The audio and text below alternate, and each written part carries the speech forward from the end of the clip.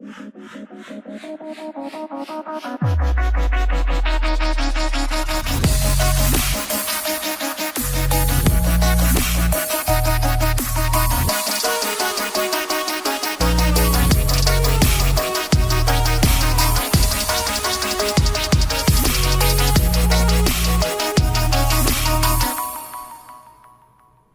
everybody, welcome to another episode of the Men of Zen, an animation research podcast. My name is Brent. I'm Phil. And today, we actually, first and foremost, we should probably talk about, we have a pretty big announcement that's not necessarily anything positive, but not necessarily anything negative either. So, our boy, Aiden, is no longer with us. May his soul rest in peace. Now, he ain't dead. He ain't dead. He's fine. But he's he's just really busy. He's got a bunch of things in his life that he needs to put his focus more into. That's a little bit more productive than doing a bunch of bullshit with us, I guess. So, which is fine. No, that's totally fine. So he's got a bunch of big stuff going on. He may pop in and out from time to time, but from here on out, you're stuck with me and Phil. Mm-hmm. This is going to be, the duos, the boys, just us, tag teaming it. Oh man, yeah, we're gonna tag teaming this mother. No, so it'll be fine. We wish him luck in all of his future endeavors and hope that he succeeds. But he's got big kid stuff going on, and I've got nothing but time on my hands. And you know what? Same here. We are a little bit. I don't know where I was going with that. No, in all honesty, yep. Aiden, he'll pop in every once in a while. He's, still obviously a great friend of ours. It's, just the show's got to go on though. Yep, but we still got big plans going forward for this podcast. We may have some bigger announcements coming up in the future. I've got things I'm trying to work on in the background, and so does Phil. So we got some shit cooking in the kitchen, and The Rock is smelling it, and he told me it smells pretty good. Yeah, I'd say it smells pretty spicy. Yeah, it smelled. I thought it was pretty. He was really nice about it. The Rock was he was here last night. And great friend of the channel. Yeah, he came over, busted in through Phil's door, and was like, "Can you smell?" And we were like, "Yeah." Do you want to? I mean, it smells pretty good, right? And he's like, "Actually, yeah, that smells pretty legit. Can I have some?" I said, "No." "No, you cannot, sir." And he left. And that's why he won't return our calls anymore. Yep. But just like that whole story, it was a fairy tale, like we are talking about today. Fairy Tail by Hiro Mashima, a Japanese manga series written and illustrated by Hiro Mashima. It was serialized in Kodansha's weekly Shonen Jump magazine from August 2006 to July 2017, with the individual chapters collected and published into 63 tankobon volumes. Big story. The story follows the adventures of Natsu Dragneel, a member of the popular Wizard Guild Fairy Tail, as he searches the fictional world of Earthland for the dragon Igneel. The manga has been adapted into an anime series produced by A1 Pictures, that's Steak Sauce, Dentsu Inc. What is that? Satellite? Am I saying that right? Am I just dumb? I think it's Satellite. Is it Satellite? I feel like there'd be two L's if it was Satellite. Is that how satellite? I don't know. Yeah, that does make sense. I don't know. I'm pretty sure also satellite's spelled differently. I know, right? I'm like, how is that fucking? I don't know. Maybe I'm just dumb. by Satellite Bridge. We're all dumb. Yeah, that's true. Also by Cloverworks, which was broadcast in Japan on TV Tokyo from October 2009 to March 2013. A second series was broadcast from April 2014 to March 2016.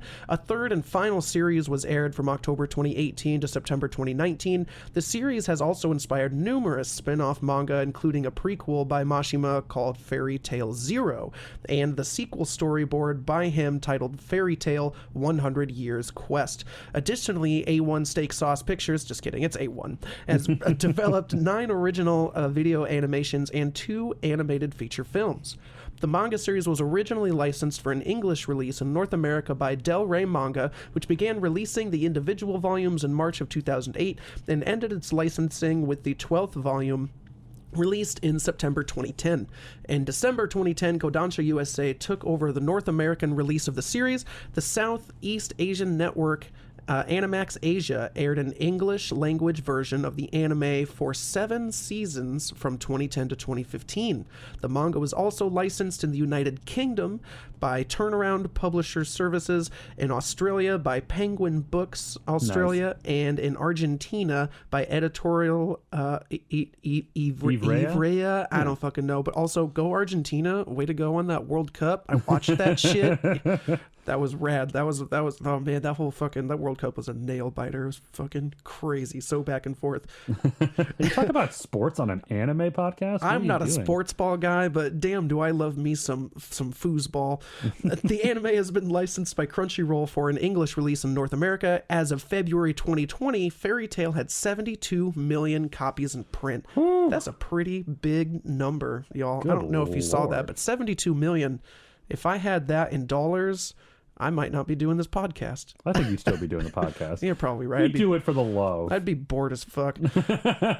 So this was one that I know Phil was more excited. Well, okay. Originally, I was pretty excited to do this episode because this is a show that I'd tried watching many years ago, probably a decade ago, I would honestly say. It was a long time. I was almost right out of high school from what I remember. Well, maybe a little later. It was probably like around 2010, probably. And, I remember I enjoyed it for the most part, but it was still a pretty big endeavor at the time. Like this anime has got quite a few episodes. It does. It's actually one of the longer series in circulation.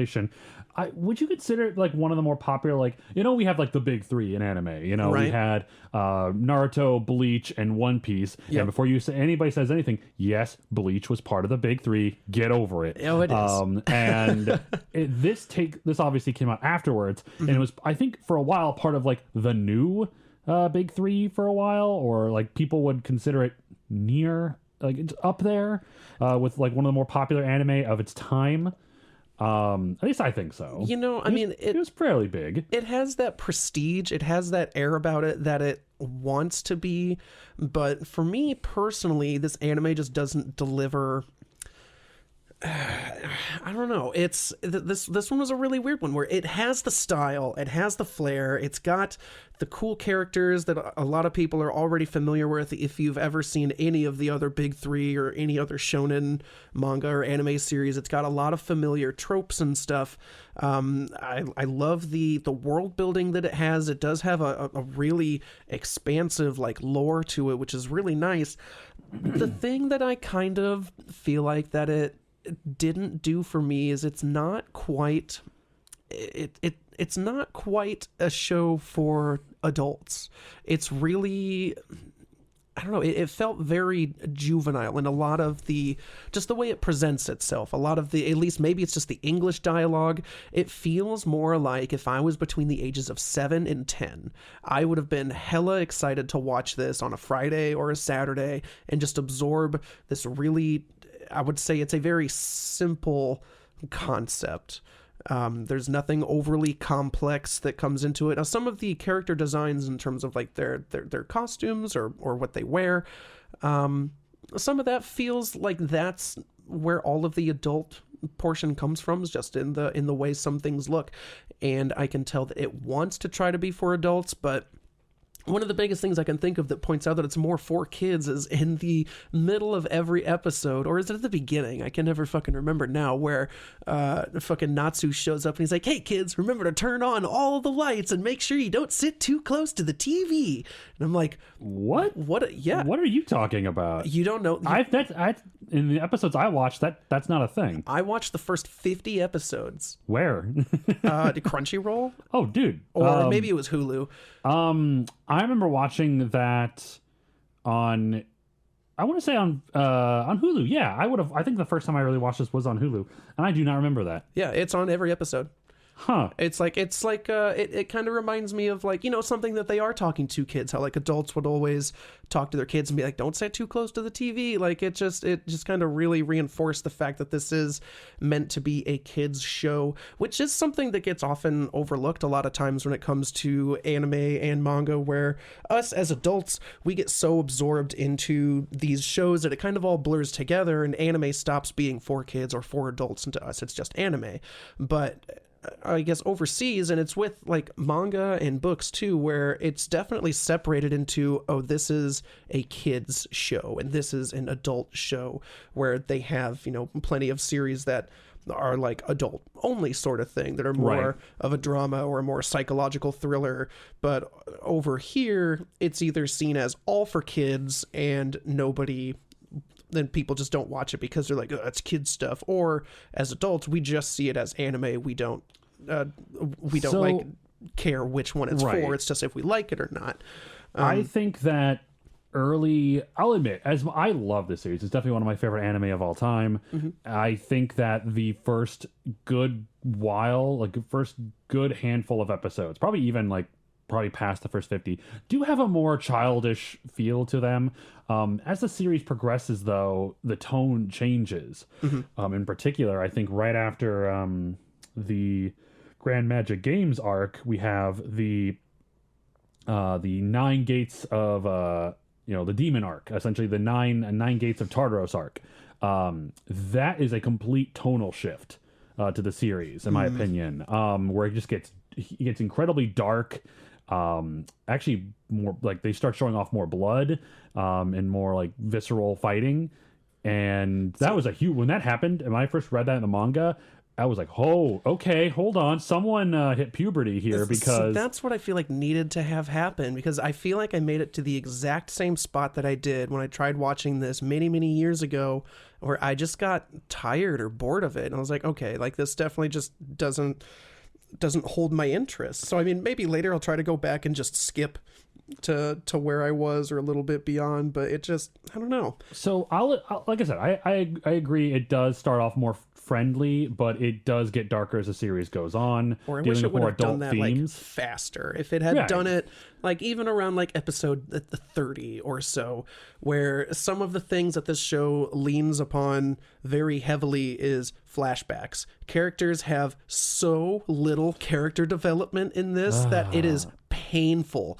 Everything is done by like they'll add a new element or a new thing, or someone will get a new power, and then you're like, wait, when did he get that? Oh wait, here comes the flashback explaining it, because they didn't know how to develop that into the character or have them learn this thing. They don't want to show it to you. They just want to be like, oh, he can fart butterflies out of his butthole now because if you remember, well, I know we didn't show it before, but if you remember, his master a long time ago loved him so much that he blah blah. And I'm like, okay, I mean, I wish that they would have actually developed the characters rather than shoehorn in a bunch of shit and then go, here's a flashback, by the way. And you're like, well, it's not really a flashback. I never saw it before. So, okay, at least when I'm upon rewatching this, because I didn't watch it like every single episode, one after another. I did kind of skip between different arcs, because I've seen this entire series. I've caught up on the manga. I've watched every bit of material I can on it.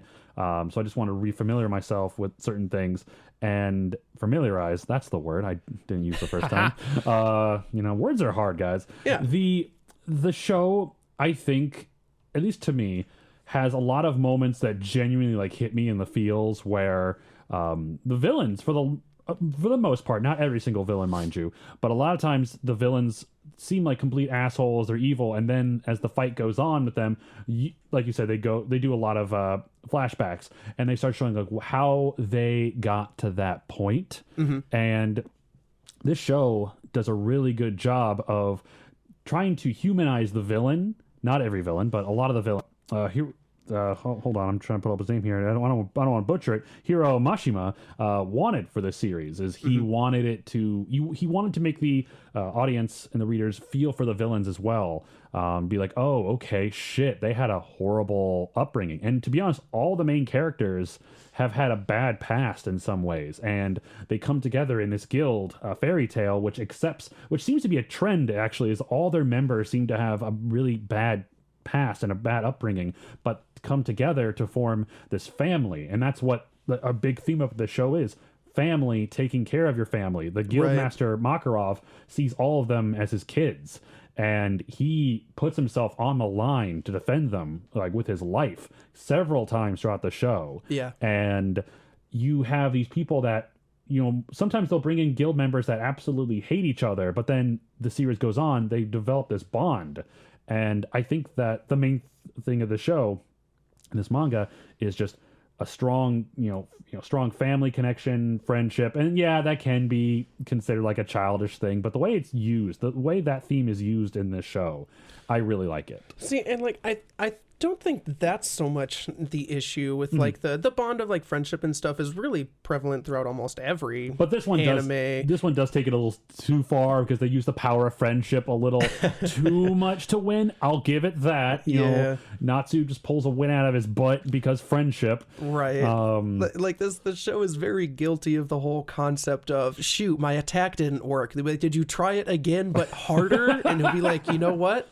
I did not. Let me try that. Be like, hey, this time it worked because I tried harder this time. Like, wow, they really didn't develop any like new anything. He literally just said, I'm gonna punch it harder this time.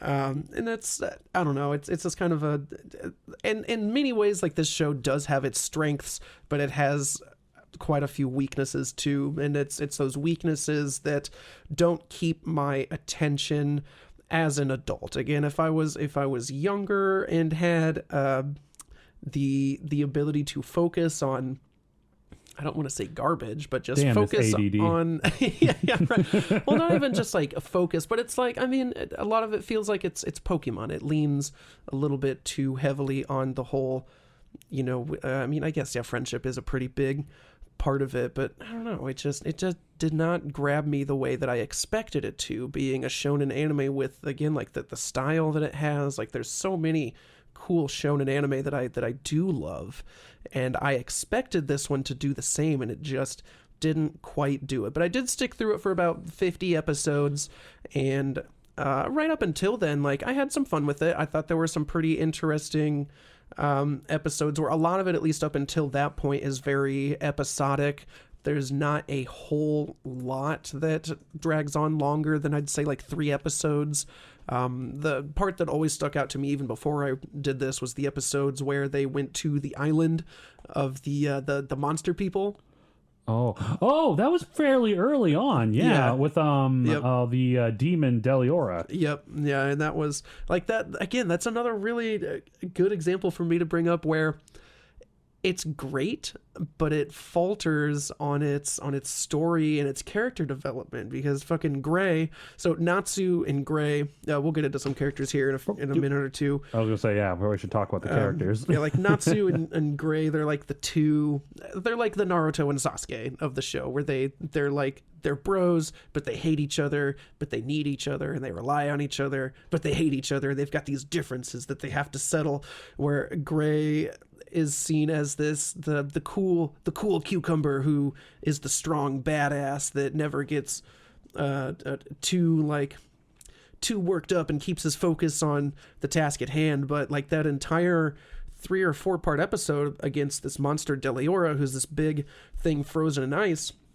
it has to explain his entire backstory multiple times through flashbacks. I'm like, it would have been cool if they just, I don't know, maybe didn't do that so much, like, or like if they went into even earlier on, like his relationship with his former like trainer or master or whatever their shit was, rather than just do it all through flashbacks. And some of it, like the entire episode was a flashback. I'm like, and it's only like episode 30 by that point. I'm like, why are there so many flashbacks? So, yes, but you know, Naruto does oh my god, I think Naruto is actually the worst one when it comes to flashbacks, because they do flashbacks so often. You know, in the middle of a fight, they're just like, remember that time? Remember this event that happened that I've already shown you like 10 times? I'm going to do it again. Yeah. Because I need you to understand. I need you to really understand in this moment. It's like, no, stop. Fairy Tail does do that. Yeah. But I think Naruto is far worse. Right. Well, the thing that I don't know if I remember Naruto really doing, though, is being like, here's a totally new thing you've never seen before. Now let me show you why it's here. Like, they at least developed to where, like, Naruto has a new power that he learns, and they show all of the training through him learning this. It doesn't do it through a flashback, because like, you never saw him do this training, but here's the part where he did do it. Now you know why he has that power. You see him progress throughout the whole show as he learns these things and does these things. But yeah, I mean, it does do a lot of flashbacks. It's flashbacks onto things that you actually watched. Yeah. Where this is things, it's totally new content. Nothing you ever saw before in a flashback. And I'm like, that, I don't know.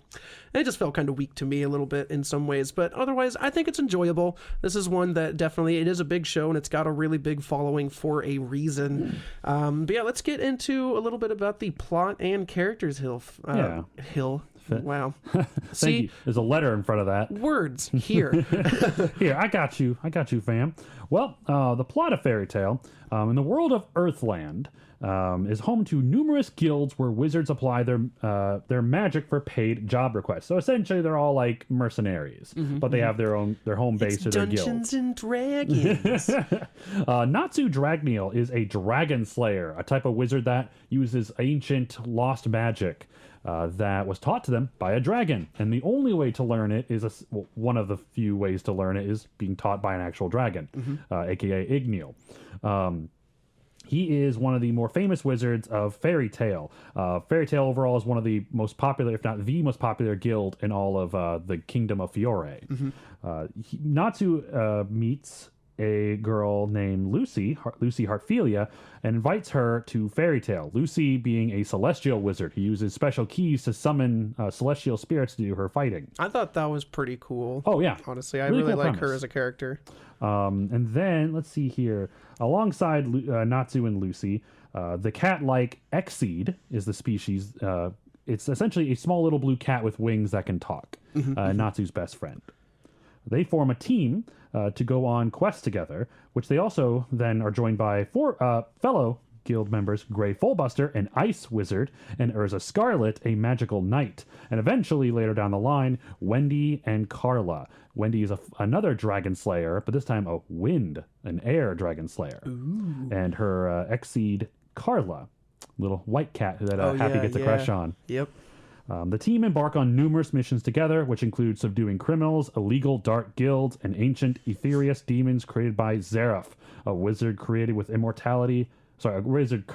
with immortality and deadly power. I really like Zeref. He's super cool, which you really don't get to see him in the first 50 episodes. Not a ton, no. He starts to get brought up a bit, like around that time. He doesn't show up until I think season 3. Like, he doesn't make an official appearance until then. Yeah. Which there's a lot of backstory with him too, which I want to tell you, but I can't spoil it because you really should watch it, in my opinion, at least. Yeah, like the plot for this is extensive. I read quite a bit of it trying to go forward, and I was like, no, what do I want to try to spoil for listeners? And I'm like, I'm just going to give the core plot up to roughly where I think I Made It is a pretty good stepping stone for getting into this show, where it doesn't give away too much of the plot in terms of the big bad guys and the shit that they have to do and fight, and it does have its really cool moments that I think where there's I would say like the last 10-15 episodes that I ended up watching, or like there's multiple guilds within this Fairy Tail world that for some reason Fairy Tail is seen as the guild that everyone wants to pick on and then everybody hates. Like, right, like they're popular, but not popular by other guilds. People want to be in Fairy Tail, but everybody also hates Fairy Tail, and I'm not sure why that is exactly. But they end up getting into like a bunch of guild wars. Cool game, by the way. Right. Solid game.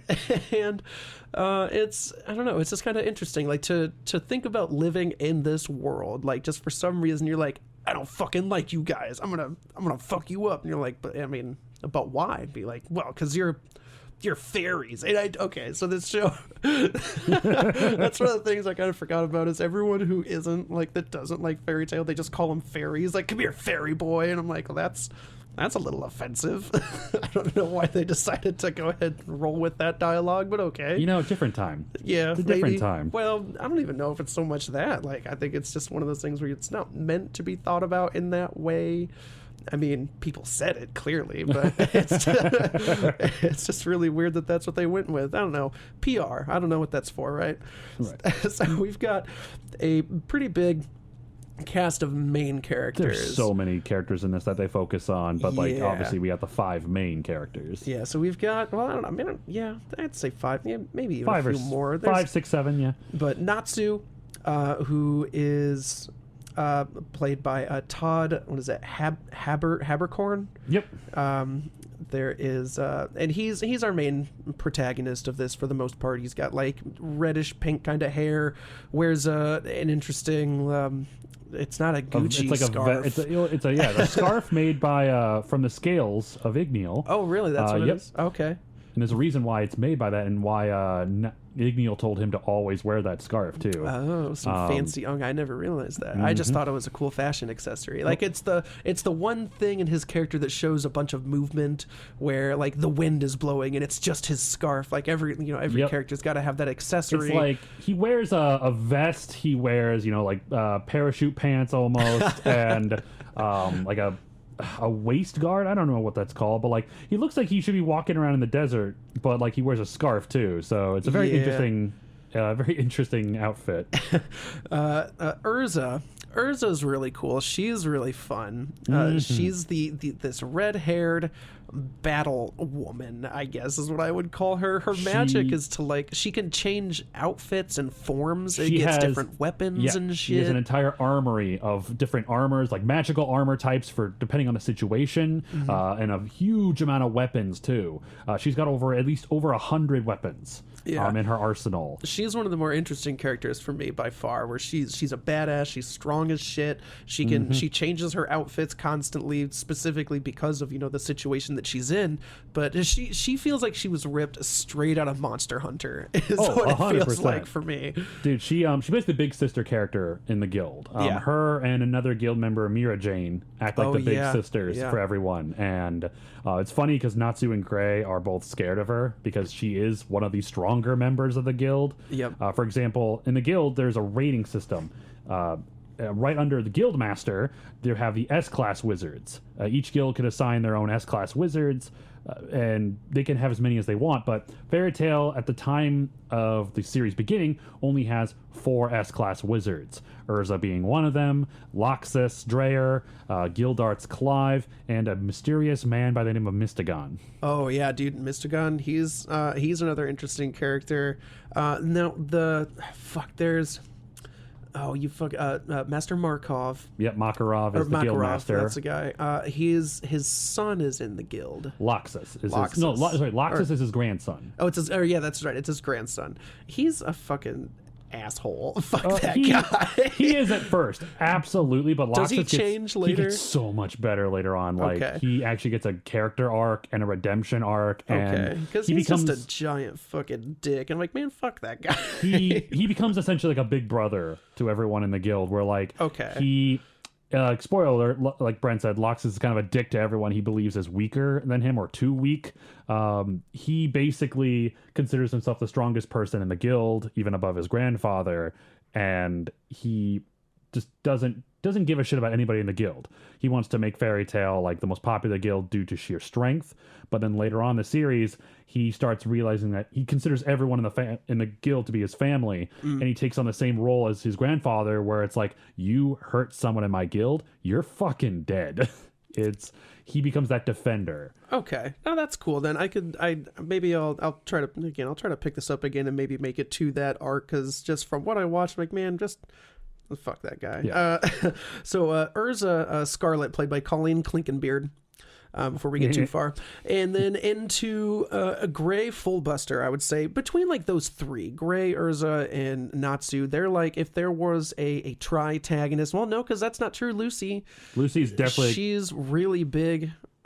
She's definitely one of the main two. Yeah, but Gray Fullbuster, played by Newton Pickman. Pittman? I said Pikmin? Like the Nintendo game? Decent game. Yeah, Newton Pittman. So Gray Fullbuster, he wears pants occasionally. And that's like his whole thing. Just so he's an ice wizard, but from his training with his master, he was trained in the ways of this ice magic. She has his trainer, this woman, has to train them to endure the cold to the point where they like don't feel it, and part of like the big training was to not wear a shirt. Yep. And so like occasionally he tries to wear a shirt, and then anytime anything even remotely exciting happens, his shirt just no hesitation, the shirt's gone. Oh yeah, and he doesn't even realize it. Like he'll just be hanging out, and then all of a sudden they look back at him, and he's completely naked except for boxers. And someone in the guild will be like, "Put some pants on," and he's like, "Wait, how did I get naked?" Yeah, he doesn't even know. Oh my god, the episode where they all fucking body swap. Oh god, yep. That was a good episode. I thought that was great. That one's really fun. There's some magical bullshit that happens that everybody switches bodies, and it's a whole thing. It's really funny. Yeah. Oh yeah, and Gray's magic is, we mentioned it's ice, but it's a type of ice. Yeah, it's ice make magic. He essentially makes objects out of ice, whether it be spikes, hammers, swords, cannons, Ice cubes for your drink. It's really neat. Like there's a couple different versions of ice make magic, but his is more like stationary stuff and weapons. He has an interesting backstory with somebody else that trained with him under his master, and this other person that he trains with also clearly has ice make magic, but his ice things are animated. Yep. So he can make, like, his whole thing is like he'll make like animals and just moving shit. So it's pretty interesting. They have this big combat thing, and I guess another portion of this too is like how they perform their magic, where it's something that magic is more stable when you use both hands to do your craft. And was that true for everything, or just more or less that type? I think for his type, yes, using both hands, because he makes a position with his hands where it's like, something like this, where he takes his open palm, takes his other hand, puts it into a fist, and like presses it against his open palm. That's his position that he takes to summon anything.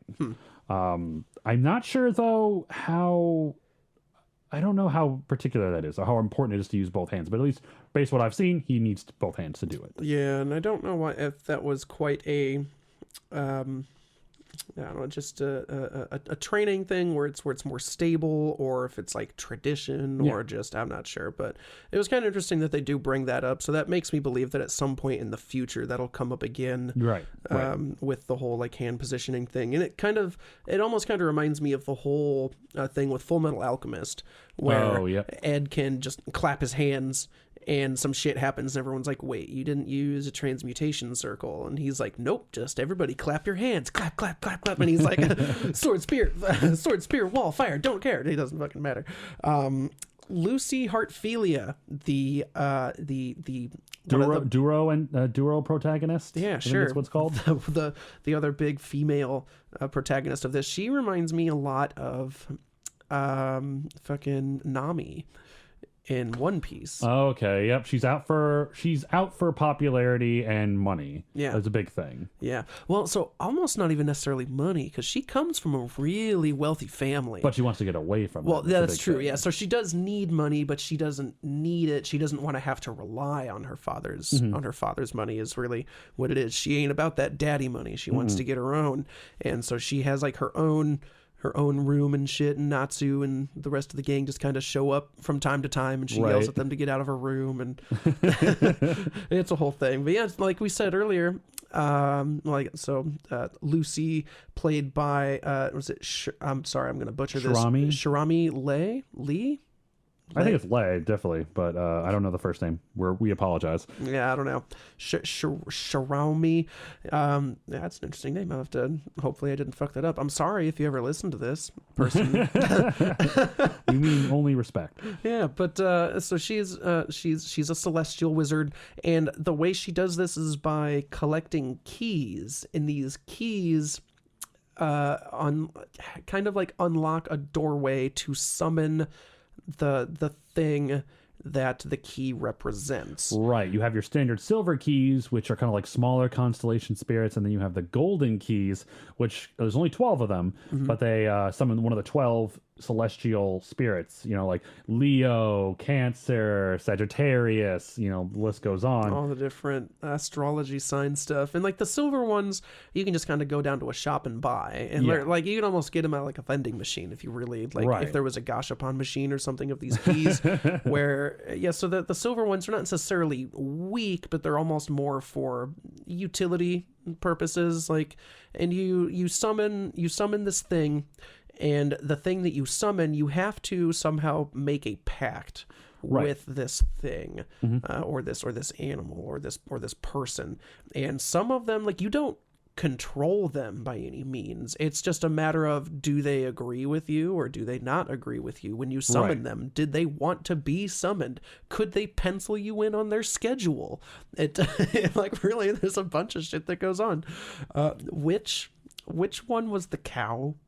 That was Taurus. Like, he's fucking hilarious. Oh, dude, Taurus is horny as hell. He's the fucking best. I get it. Pun intended. He's horny. He loves being summoned by Lucy. He's one of Lucy's, OG spirits. Yep. He constantly, with the way he talks too, he's like, "You better get a move on." He does a bunch of moo puns. I'm like, oh my god. And he attacks with a battle axe. It's great. Leo is probably one of my favorite celestial spirits that she uses. Oh yes, He's and super I don't cool. want to say anything about that, but that's a cool story, right? That was one of the more interesting parts. Deep stories in this childlike show. I wouldn't even say that's quite I wouldn't even say it's a deep story, but it's a twist I did not see. Yep. That was, I was truly like, you would have no fucking idea that entire time. Yep. Wow, that was cool. I was really impressed with that. And then we have the final main character, Wendy Marvel, and her cat Carla, who Wendy is a dragon slayer similar to Natsu. And we didn't really talk about a whole lot of Natsu's abilities, but dragon slayers overall control one particular type of element. They're able to manifest it through their bodies. Natsu being fire, Wendy being air. And dragon slayers can actually eat their element in order to increase their power, and are typically unaffected by their element in battle unless it happens to be like a weird type of that element, if that makes sense. Later down the line, Natsu fights against someone who uses a particular type of fire magic that he cannot eat. Because its properties are above considered dragons. No, he also can't like consume his own. He cannot consume his own to replenish his strength, but a lot of times Natsu will eat fire in the middle of a battle to increase his own power. And it could be just simple as like little torch or a little tiny mini fire. He'll just eat that and all of a sudden get a huge power boost. All fired up. Yep, that's his catchphrase. Wendy can essentially breathe in air, like bigger amounts of air, to increase her powers. But because air is so prevalent, she doesn't get a huge power boost. It's just a little mini one. But it's just something she can use to recover small bits of damage. That's kind of funny. I don't know. Like, and there's a lot of dragon slayers in this show. Like, you don't even know, man. Yeah. There's, we got fire, wind, iron, poison, light, shadow, lightning.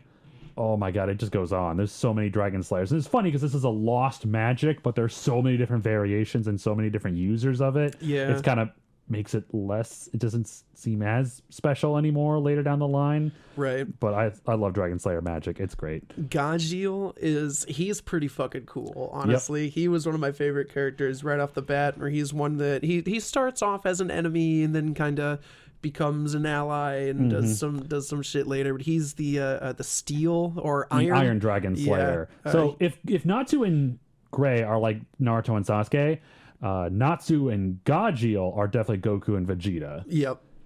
I would totally, I totally see that. That's awesome. He's a cool character. He's just a badass through and through.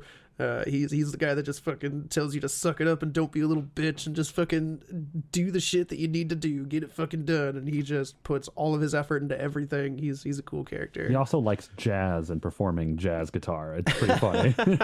That's funny as shit. But Brent, talk to us about Hiro Mashima, the artist and author. Well, actually, I think right before we get to Hiro Mashima, we're going to take a quick break and hear a little bit about our partner, and I think we will be right back. Oh, yeah. Hey guys, Phil here. I want to take a brief break from our episode to talk about our partner, Dubby Energy. Dubby was voted America's tastiest gaming energy drink of 2022.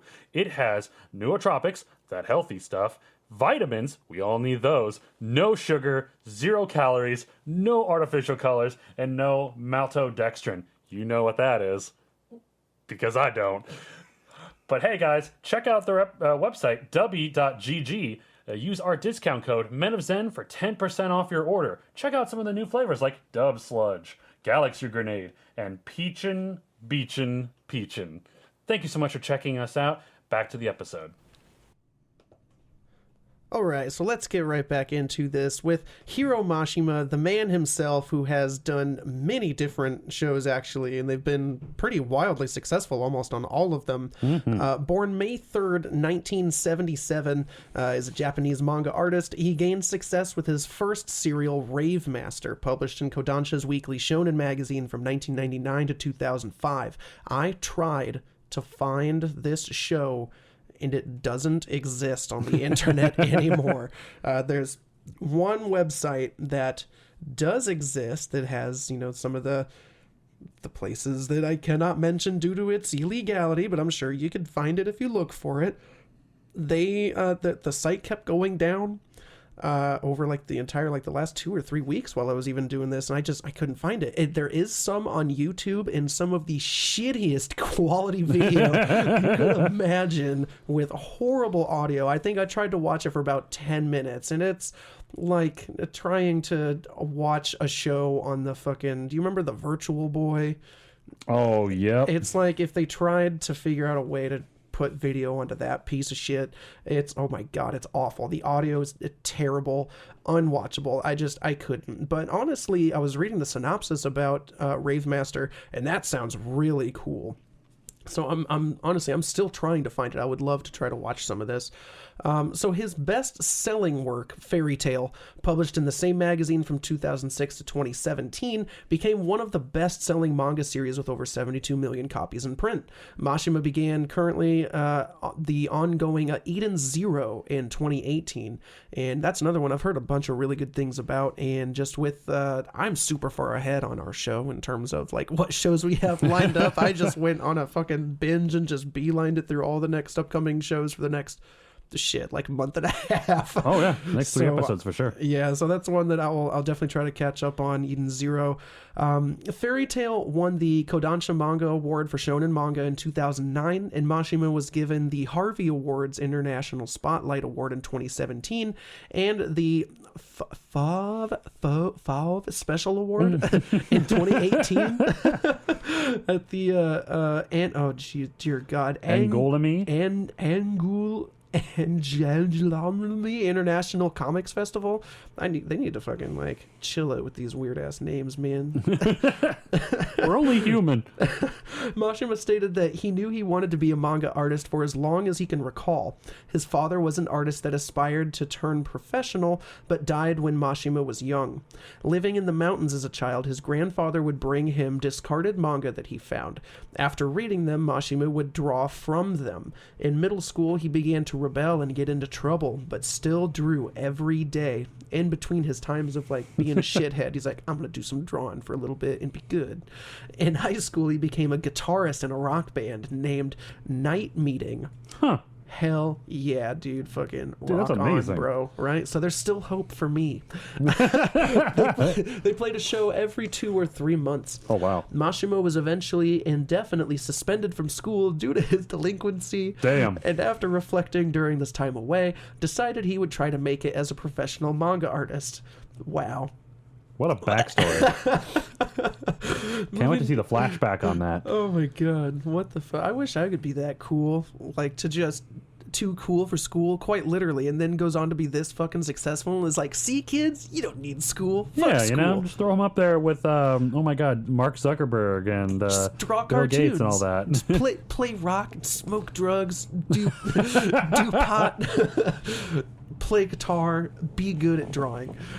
He moved to Tokyo after graduating high school. He entered a school specializing in teaching manga artists, but left without completing the studies. Again, he stated that while it taught him the basics, he felt it would not help him as a professional. In 1998, Mashima created the one-shot manga Magician while working part-time at an arcade. Dude, this guy lived the fucking life. Dude, and for real. He entered it into a competition held by Kodansha Weekly Shonen. While waiting for the results, his one-shot Bad Boys song was published in August 1998. When Magician was published in 1998's 51st issue of Weekly Shonen magazine, it won the Rookie Prize and earned Mashima around $7,000. He made his official serialization debut the following year with Rave Master in Weekly Shonen magazine. It ran until 2005 and was adapted into an anime titled Groove Adventure Rave from 2001 to 2002. In 2003, he collected some of his one-shot titles into the 2-volume Hiro Mashima's Playground, which was licensed for a North American release in 2018. After completing Rave Master, Mashima serialized Monster Soul in the monthly magazine Comic Bomb Bomb from 2005 to 2007. Mashima began Fairy Tail in the Weekly Shonen magazine in 2006, and it went on to become one of the most best-selling manga series in history. With 72 million copies, again, as we mentioned earlier, it spawned a large franchise, including numerous spin-offs and adaptations before ending in 2017. In 2011, Mashima created a crossover manga between Rave Master and Fairy Tail, published in the May issue of Weekly Shonen magazine. Now, this is something that we haven't brought up, and I don't remember if I wrote this down before, but he has his series, the 3 that he has now, the big 3 he's got between Fairy Tail, Rave Master, and Eden Zero, they both have characters that cross over between all series. Right. Happy is in Rave Master. And Eden Zero. And Eden Zero. Same with Plu. Plu is in Eden Zero. No, wait, maybe he was Rave Master. Plu's in Rave Master and Fairy Tail. Plu he's funny. He's one of Plu's a celestial spirit that Lucy obtains, and he's like this cute little like snowman guy. He's really funny. I really enjoyed him. He's cute. Like she'll summon him, and he's like super shy. And if he ever tries to attack anything, he'll just run at it really slow and kind of throw little knobby fists at something. He doesn't actually do anything, but he's almost more of a pet than anything. But he loves to be included. Right. You know, that's a crazy thing that he does in all of his series. Like we said, Happy is in all 3 series, but he's different. For example, Fairy Tail, he's a race of flying cats. Yep. And then in Eden Zero, he is a robot. Oh, really? I didn't realize that. Oh, yeah. Huh. So, this was adapted into an original video animation released in August 2013. Yep. A special 2013 issue of Weekly Shonen magazine featured a small crossover between Fairy Tail and Nakaba Suzuki's The 7 Deadly Sins, where each artist drew a yonkoma, or a 4-panel comic of the other's series. An actual crossover chapter between these two ran in December 2013, from July 17th, 2014 to July 17th, 2015. Fairy Tail had its own monthly magazine titled Monthly Fairy Tail Magazine, which included a prequel manga by Mashima himself titled Fairy Tail Zero. It was in 2014 that 3 spin-offs were started. Fairy Tail Ice Trail by Yusuke Shirato, Fairy Tail Blue Mistral by Rui Watanabe, and Fairy Girls by Boku. Another spin-off manga titled Fairy Tail Side Stories and created by Kyoto Shibano launched on July 30th, 2015 in Kodansha's free magazine Pocket mobile app. On July 25th of 2018, Fairy Tail 100 Years Quest began on Magazine Pocket as the official sequel to Fairy Tail. Mashima provides the original storyboards for the manga that is illustrated by Atsuo Ueda. At the end of 2021, Mashima approached Kodansha Game Creators Lab to hold a contest looking for a video game proposal based on Fairy Tail, with the winning work receiving $132,000. $88,000 of which came from Mashima himself. The games would be created for platforms such as Steam, iOS, and Android, and Kodansha will distribute the winner to be decided in April 2022, with the profits shared between Kodansha and the developers. While creating Fairy Tail, Mashima serialized Monster Hunter Orage, an adaptation of the Monster Hunter video game and monthly shonen rival from 2008 to 2009. Also in 2008, he drew a remake of Atsushi Kase's gag manga Chameleon for the 50th anniversary of the weekly shonen magazine. Mashima's Japanese-style epic fantasy one-shot Hoshigami no Satsuki was published in the September 17th, 2014 issue of Weekly Shonen Magazine. Mashima became the series, well, he did. It's true, he just became manga, and that's it. That's the end of him. He began the series Eden Zero in Weekly Shonen Magazine on June 27th, 2018. From October to December 2019, he created the miniseries Mashima's Heroes in Weekly Shonen Magazine for its 60th anniversary. It is a crossover between the three series Rave Master, Fairy Tail, and Eden Zero. Yep. Mashima drew a one-shot manga adaptation of the video game Dragon Quest XI's Echoes of an Elusive Age for the October issue of Shueisha's V-Jump. Now, I don't know, is that supposed to be Shueisha's 5-Jump? I would just assume V-Jump. That's their kind of shtick. Yeah. Magazine, which was released on August 21st, 2019. On December 17th of 2021, Mashima announced that he was developing an Eden Zero video game by himself using RPG Maker. Ooh. Right?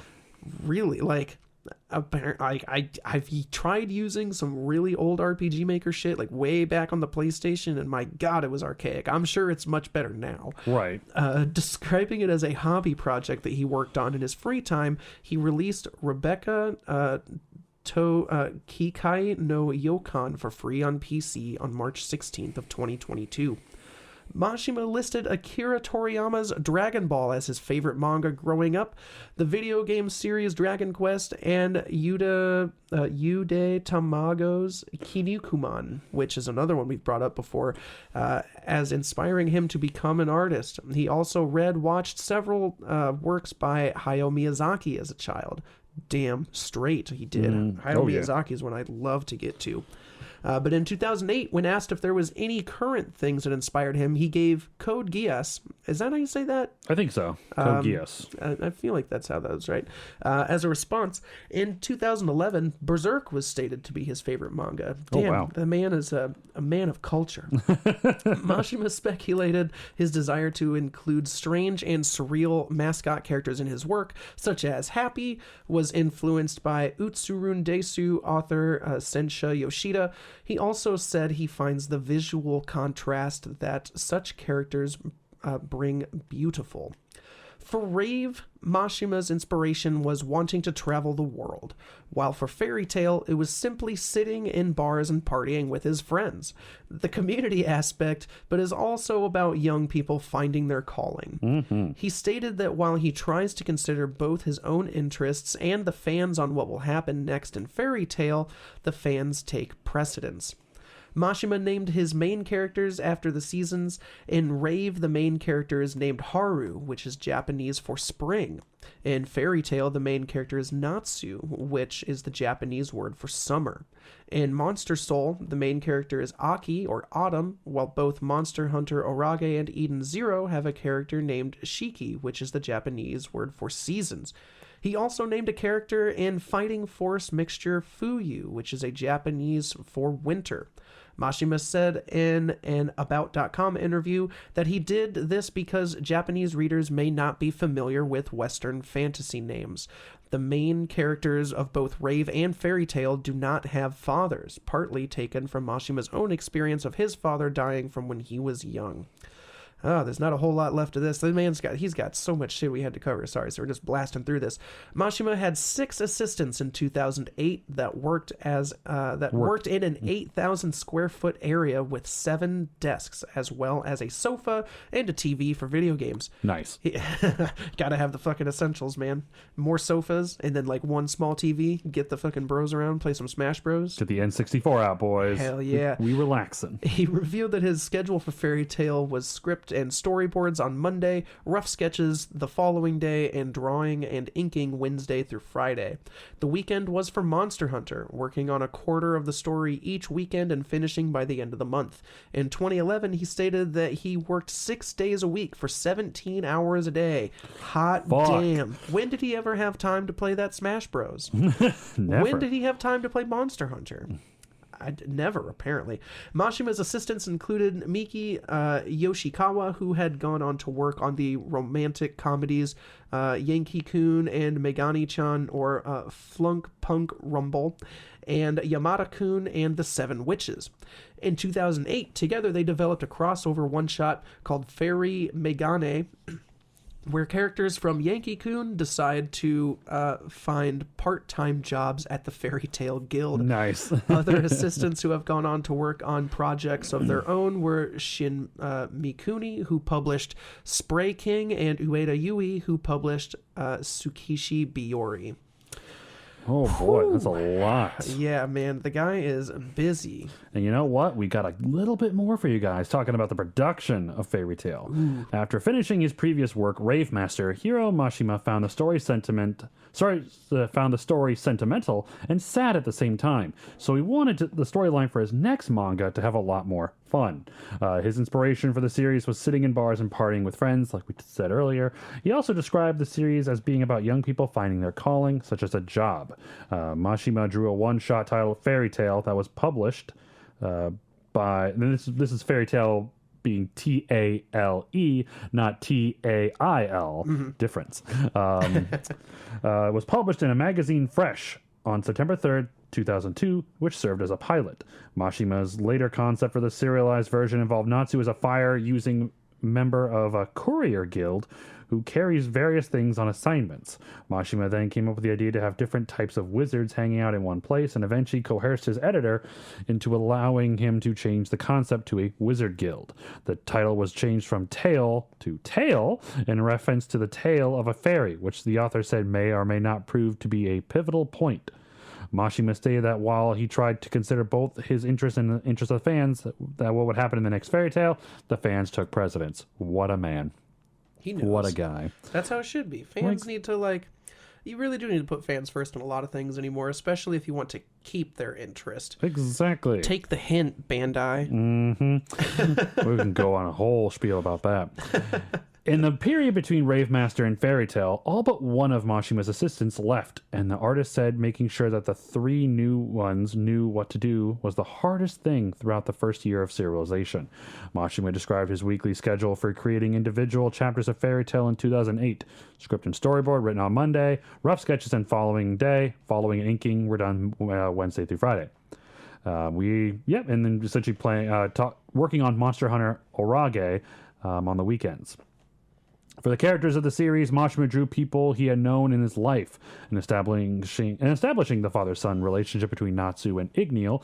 Mashima cited his father's death when he was a child as an influence. He took Natsu's motion sickness from one of his friends who got sick when they take a taxi together. When naming the character, the author thought Western fantasy names would be difficult, so he used the names of the following seasons. He based the humorous aspects of the series on his daily life and jokes his assistants would make. That's actually really cool. When thinking about how his father dying early on was a huge example or a huge influence on the series. Looking back on it, yeah, absolutely can see it. Yeah. The relationship between Natsu and Igneel is very important, and it pays off in a huge way later on. And I can't talk about that with you because you haven't seen it yet. No. But it's so good. It's really good. And I remember you talking about that in the long ago when it was still being aired or still being written. That I remember you were pretty psyched about that. So that's cool that maybe it does get better. Just like I said, those first, I don't know, just to where I got, like with the time that I had, I was like, that's enough. Yeah, looking at the list of like episodes 1 through 50, seeing where you probably left off, yeah, it also does get a little slow after that. I think the season after that's a little slow, but season 4 really it doesn't picks really up. pick up, like, because there's almost no major plot point. Season 3 is they mostly focus filler. on. Yeah, season Yeah. 3 mostly is filler, unfortunately, which this show does have filler, but it does kind of play into some things that are in the main canon, so it's kind of interesting. Yeah. But you get to meet Gildarts at the end of season 3, though. Oh yeah, that's a name I remember hearing. Gildarts is oh my god. Let me just tell you about Gildarts real quick. So like we talked about earlier, in the guild, you have your S-class mages. Gildarts is considered like the strongest. He's even stronger apparently than the Guildmaster. Oh. Who already is part of a 10-member group called the Heavenly Wizard Saints that are considered the 10 strongest wizards in all of Fiore, on the entire continent of Ishgard. He's not specifically stated what place he is, but he's part of the top 10, and he's considered an incredibly powerful wizard. But apparently Gildarts is stronger than he is. So that's really freaking cool. And Gildarts has this laid back mentality about him, and he kind of plays like a second father to Natsu in a way, because he helped raise him and teach him how to fight, and helps train him later on too. And what's funny is his design shares a lot of similarities with Shanks from One Piece. Oh, really? Yeah, he's got the scars, the slick back red hair. He wears a similar like cape too, and it's pretty neat. But yeah, Gildarts is definitely one of my favorite characters of the show, because his whole thing is he's so freaking powerful, and he doesn't know how to control it exactly. He's a giant goofball, but when he gets serious, he gets serious. So you reminded me of something we were talking about with Master Makarov. Makarov, that guy. He's like this really teeny tiny old man. He's really small. Yep. Knowing that Akira Toriyama with like Dragon Ball is one of his favorite series, it almost makes me wonder if he wasn't in some way modeled after Master Roshi. Oh yeah, Because like he uses giant magic. Yeah, his main magic is he gets big, like as a really teeny tiny guy. And I mean, he's really strong as it is, especially when he does that whole thing where he's like, I invoke fairy law or some bullshit. Yeah, fairy law. We can talk about that. That was pretty cool. Yeah, Makarov uses his main ability, giant magic, which he can become a huge, towering individual, or increase certain body parts like his arm, legs, so he can stomp on people, or his just torso, so he can be used as a shield.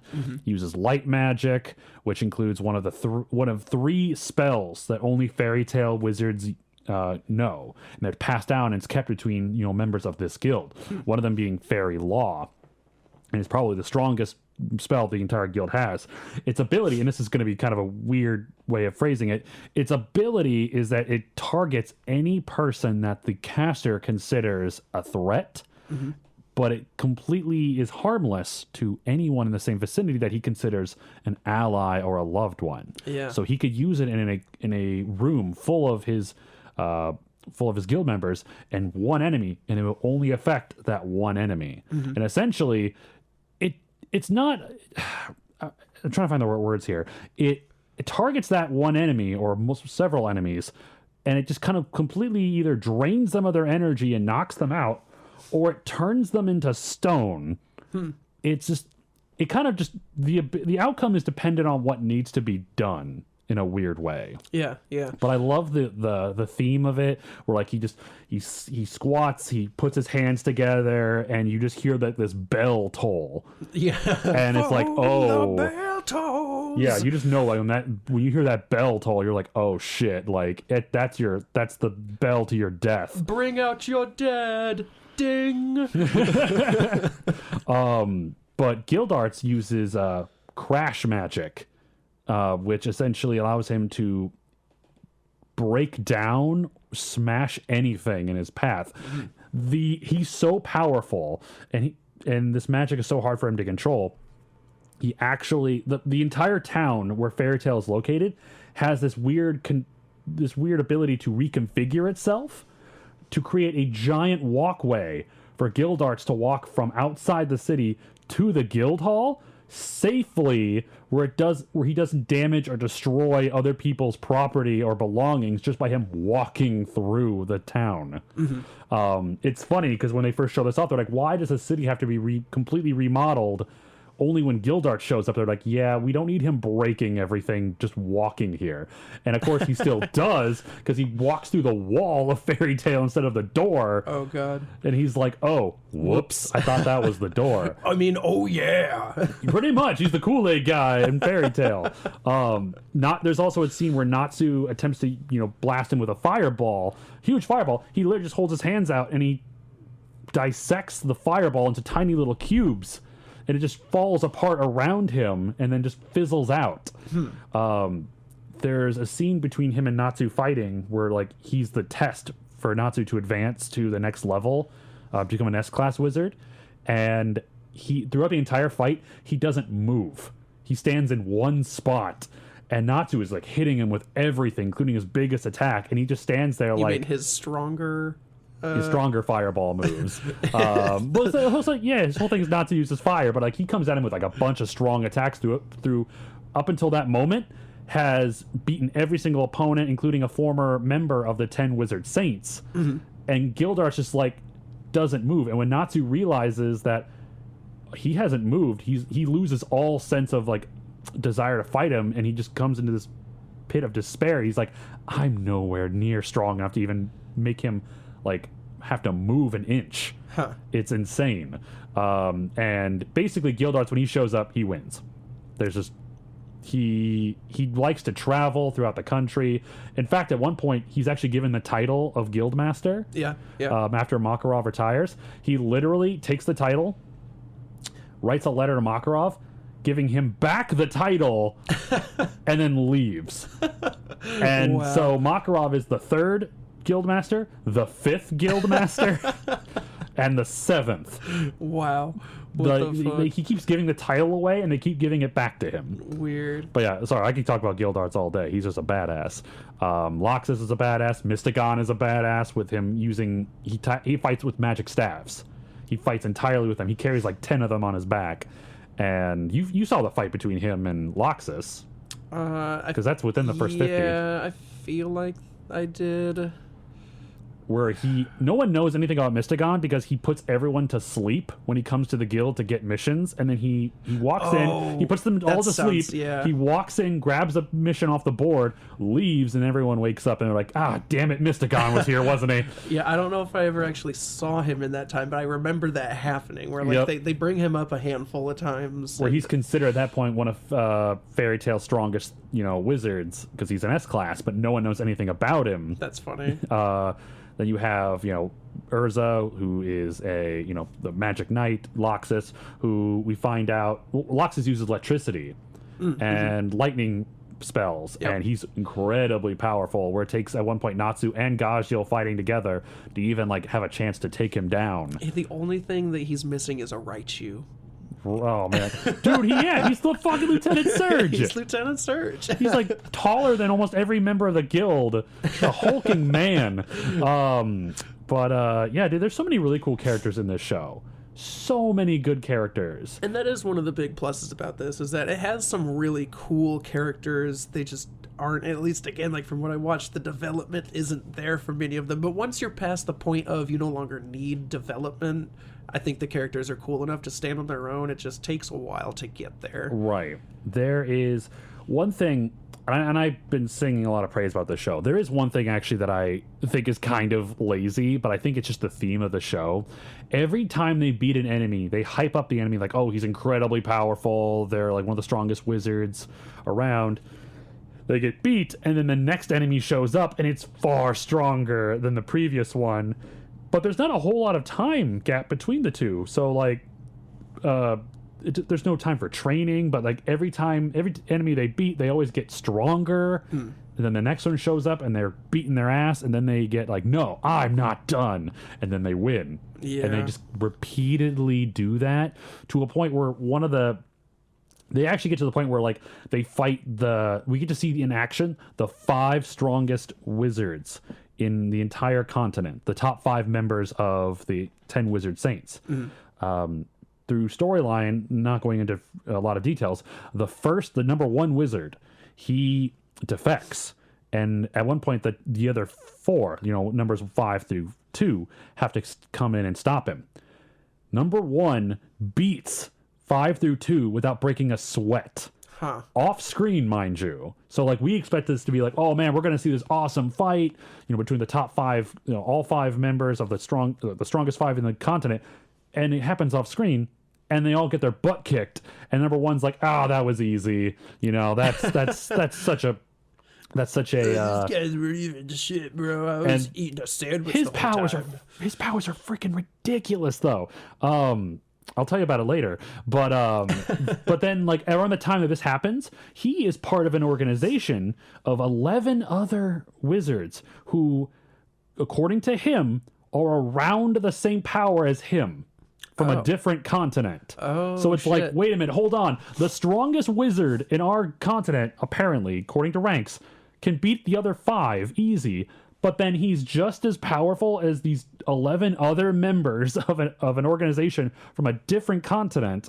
This same wizard then makes an appearance in a different continent. Same guy, same number 1 wizard. Mm-hmm. He becomes part of another guild. And he says, oh, yeah, there's members of my guild that make me look weak. And it's like, holy shit, the power gap gets higher and higher and higher. It's Dragon Ball the Akira Toriyama effect. Well, see, Akira Toriyama does it better because you actually see there's training in between. There's barely any training between these shows, between these villains, and the power scaling just goes higher and higher each time, and it's insane. Yeah. It's absolutely insane. Training aside, though, even with Akira Toriyama stuff, it's always I'm the strongest man in the galaxy, and then they beat him, and they're like, someone else who's like, he lied, I'm the strongest man in the galaxy. You're like, how come we've never heard of you before? And be like, I was on vacation or some bullshit. And then he gets beat and they're like, I'm the strongest in the galaxy. Well, where were you the whole time? Yeah. Sleeping? Just nobody knows about these guys that are supposedly the strongest in the galaxy until it gets just unfathomable to the point where the entire universes are obliterated with a single stroke of your hand. It's fucking ridiculous. Yeah, you know what? Fuck it. This is not even really a spoiler. The number 1 wizard is his magic. His nickname is Dragon Hybrid, or Hybrid Theory is his title. Lincoln, they call me Lincoln Park. I didn't even realize that. But his ability is that he is a dragon slayer. He has powers of 8 different dragons. Holy shit. And the reason why he has the power of 8, he was not trained by 8 different dragons. In this world, there are 2 ways to become a dragon slayer. 1, you are trained by a dragon, and 2, you are implanted with what's called a dragon lacrima, a crystal that has the embodiment and power or soul of a dragon. Huh. And this guy, normally 1 dragon lacrima could kill you, but this guy has 8 dragon lacrimas. Jesus Christ. So he somehow has the ability to wield 8 different dragon powers, and he just uses them in combination with each other to just wreck shit. Mm-hmm.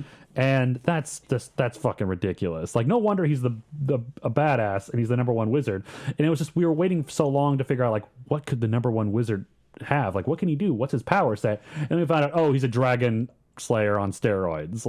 Jesus. Man has 8 powers. That's insane. Holy fuck. That sounds super OP. Jesus Christ. And he gets his shit wrecked by the final big bad of the entire series. He literally gets one-shotted by the big bad of the entire original Fairy Tail series, besides Zareth, which I'm not going to go into that one, but he gets one-shotted and then you're like, oh, we have to beat that guy?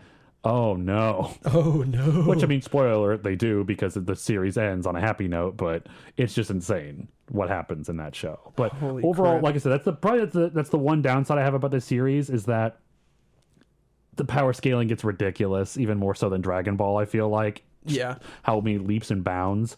Especially if it's all just on the job training. Right. They don't really have, like you said, they don't really train in between, so they just seem to get strong enough to beat that boss and then just to get to the next boss. It's Also, can we talk about how horny this guy Hiro Mashima is? He did say in an interview that I watched that he does like a lot of the female characters. I wonder why. Or just like drawing female characters was like his thing.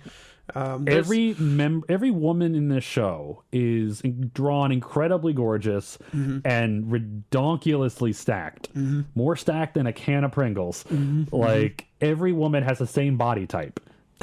Is tall and just curvaceous. That's the best way I can phrase that. If you're gonna draw something, draw what you love. And fair. And there's a lot of there is a lot of plot, like little moments where like, oh, there's a butt, oh, there's a incredibly huge view of boobs in this show, and Lucy unfortunately takes a lot of the brunt of it, where like she's put in situations where she's naked and Natsu's on top of her, or Natsu grabs her chest because he doesn't understand, like, oh, boobs, okay, cool, right. What are these? Natsu doesn't give a shit, but like Even she like does. one of the early, not necessarily villains, but they're supposed to do a quest to go steal a book from some wizard, but the way that they get into this wizard's like house is that he has a thing for stacked blonde chicks. Oh, yep.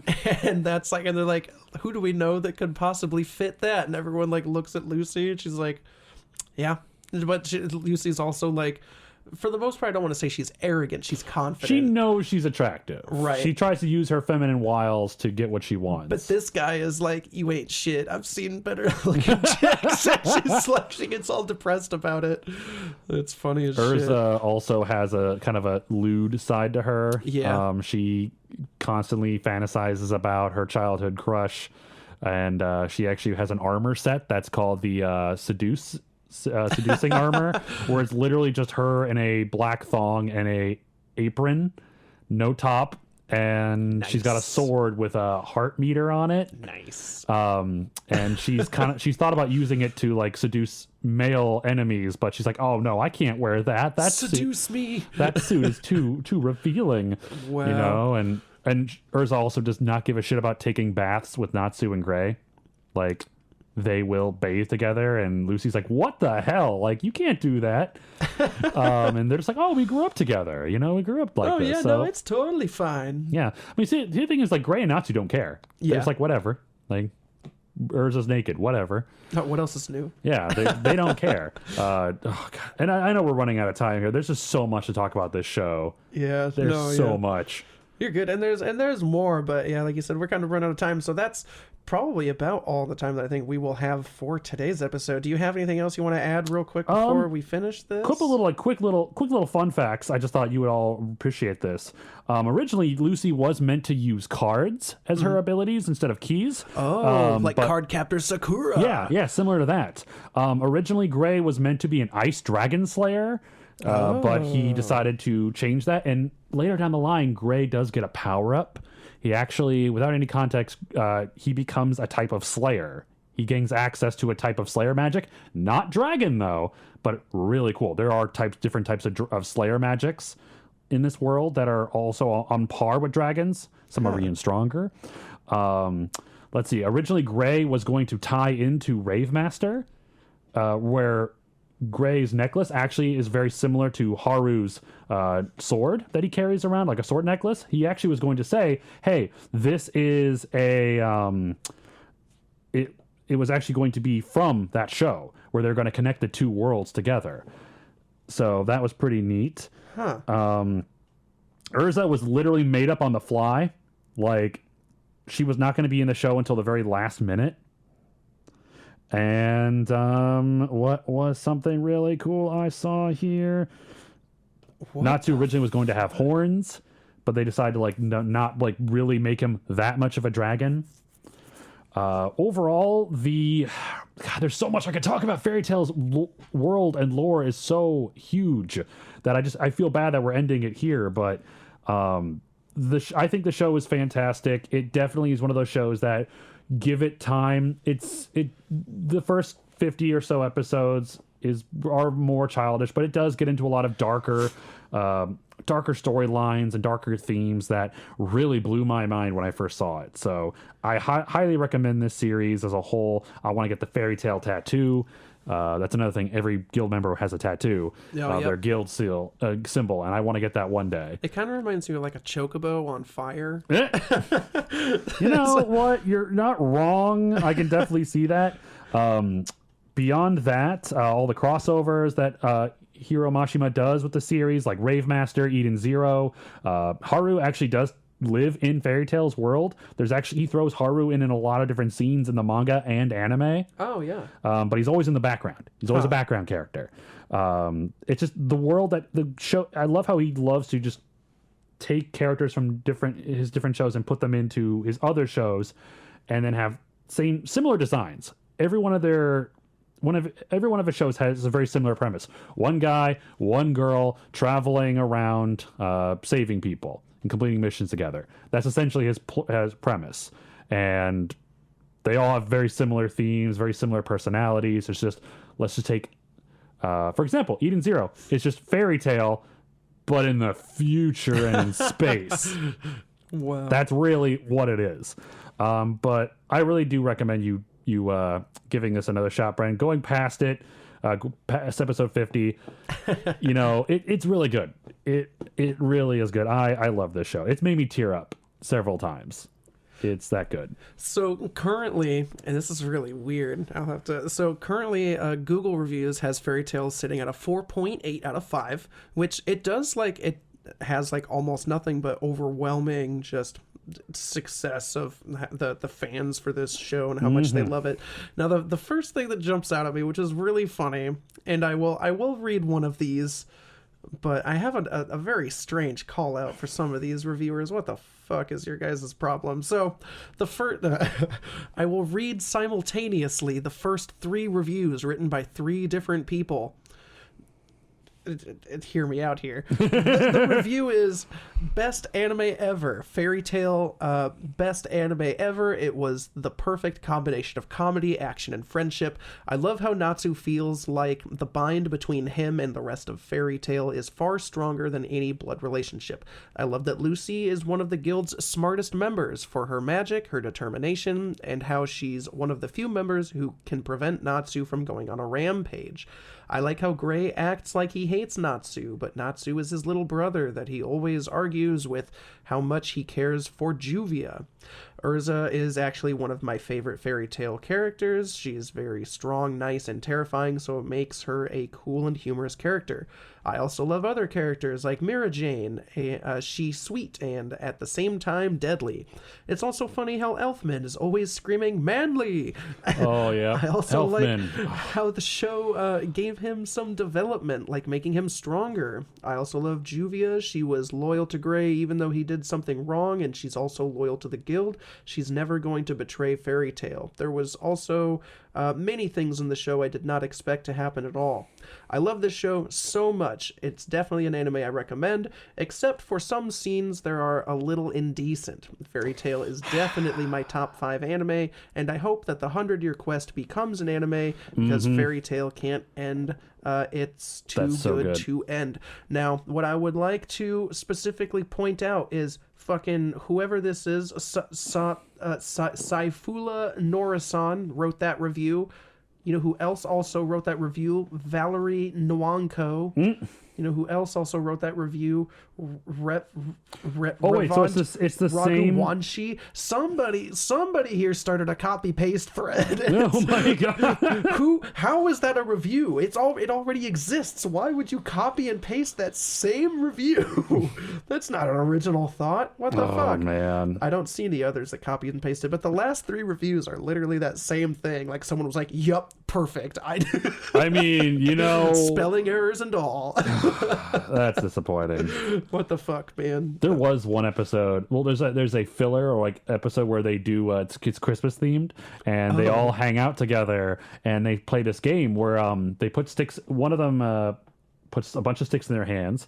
One of them is marked red for the king. Each round, they put the sticks back in their hand, and they take turns picking out a stick. And essentially, the person who draws the king stick gets to make one rule that someone in the group has to follow, or the entire group has to follow. And that one is definitely one of the more plot heavy episodes where a lot of it is just lewd and like, for example, Natsu, I believe, if I remember this right, Natsu forces Urza to get in a very revealing cat outfit and walk around downtown Magnolia, where the guild's at, and just start meowing randomly. As soon as you said that, I'm sorry. Okay, go ahead. I have a thing. I need Oh, to no, not forget. The Juvia gets her stick, and she wants Gray to, like, cuddle her and, seduce her. Let's see. Another one is Gray gets pissed off at Urza for something and demands Urza take off her entire all of her clothes and walk back to her place in the nude. And he's like, "Oh shit! Wait, I'm so sorry. I was mad. I don't want you to do that." She's like, "No, I'll do it." And she just completely strips naked and just walks back to her condo. And you see people like walking by, like, what the hell? And Urza's considered one of the most beautiful women in Magnolia, apparently. So that's a thing. It's a little crazy, especially when you have Wendy in there, and Wendy's a child. So they don't do anything bad with her, thank God. But yeah, it's a very there is plot for the fans. There is plot in this show, which they don't put too much into it, though. And there's not a whole lot of it in the show as a whole, so I'm okay with it. Yeah, fair. There is some that I noticed, but yeah, it's for the most part, it's not too bad. Now, one thing that I totally picked this up earlier, and I forgot to write this down to ask what your thoughts were. The band Magnolia Park. They have a lot of Japanese theme, just stuff like iconography or like their logo. Do you think that was the inspiration for their name? The fact that because it's called Magnolia Park is this area that is in Fairy Tail. That is. And as soon as I heard that, I went, wait a fucking minute. Is their whole band name a Fairy Tail reference? I would love that. Right? First That'd be off, kind of cool. I'd be all right with that. Right? Hold on. I'll have to look into that. But I'm looking at it right now. I can't see anything about it. I think Magnolia Park actually might be a real place. That's also what I was wondering, but they seem like they'd be big fucking anime nerds. Dude, I could totally see that. So, I don't know. Magnolia Park, hit us up, are you anime fans? Yeah, I bet you are. There ain't no way you're not. let us know, hit us up. Hit up, we'll do an interview. Yeah. But hey, I think that's going to do it for us here today at the Men of Zen. I want to thank Schminkadelic for the use of our intro and outro. I also want to thank him again and again and again because I fucking think I forgot to do that last episode. So I got to make it up for him, Schminkadelic. Sorry, my bad. I think last episode I was just in a big rush. You can check us out on Patreon, patreon.com/the Men of Zen. You can pay us a whole whopping $3 a month, and there's a bunch of bonus episodes on there that we've got some fun shit for you. So please go and support us on that, patreon.com/the Men of Zen. Also check out our partner, W.GG. Use our code 10% off with the code Men of Zen at checkout. Get yourself some energy. Do it for yourself. I know you ain't got none. Do it for you. Do it for the you that I believe in, that believes in me, that I believe in. Believe he exists in there somewhere. Get up off that couch, you lazy bones. Just do it. Get yourself some energy with Dubby. You'll thank us later. Yeah, or not, but either way, you'll be up and moving. Get that laundry done. Do those dishes. Yeah, and we got some great things coming up in the works, that we're working on right now, guys. So stay tuned, and Yeah, so hopefully we got some fun announcements for you here in the near future. But hey, I think that's going to do it for us here. Once again, this has been the Men of Zen. My name is Brent. I'm Phil. Stay zen.